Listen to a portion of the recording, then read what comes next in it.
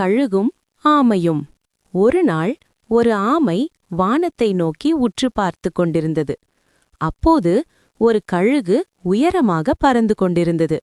அதை பார்த்த ஆமை சோகமாக கூறியது, நானும் உன்னைப் போல பறந்து மேலே இருந்து உலகத்தை பார்க்க வேண்டுமென்று ஆசை. அதைக் கேட்ட கழுகு சொன்னது, நீ நீயாக இருக்கும் விதத்தில் தனித்துவமானவன், உனக்கு பறக்க வேண்டிய அவசியமில்லை. ஆனால் ஆமை வற்புறுத்தியது, இல்லை, நான் பறக்க வேண்டும், தயவு செய்து எனக்கு உதவி செய். இறுதியில் கழுகு சரி என்று சம்மதித்து ஆமையை தான் கால்களில் பிடித்துக்கொண்டு வானத்தில் உயரமாக பறந்தது. இங்கிருந்து உன்னை கீழே விடுகிறேன், நீ தயாரா என்று கழுகு கேட்டது. ஆம் என்று ஆமை மகிழ்ச்சியாக சொன்னது. அதன்பின் கழுகு ஆமையை விட்டுவிட்டது. ஆமைக்கு இறகுகள் இல்லாததால் ஆமை வேகமாக கீழே தரையில் பலமாக மோதி விழுந்தது. ஆனால் அதன் வலுவான ஓடு அதை காப்பாற்றியது.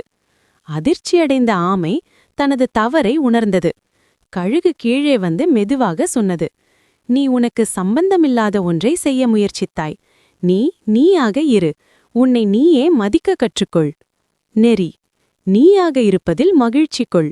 உலகிலுள்ள ஒவ்வொருவருக்கும் தனித்திறன் உண்டு.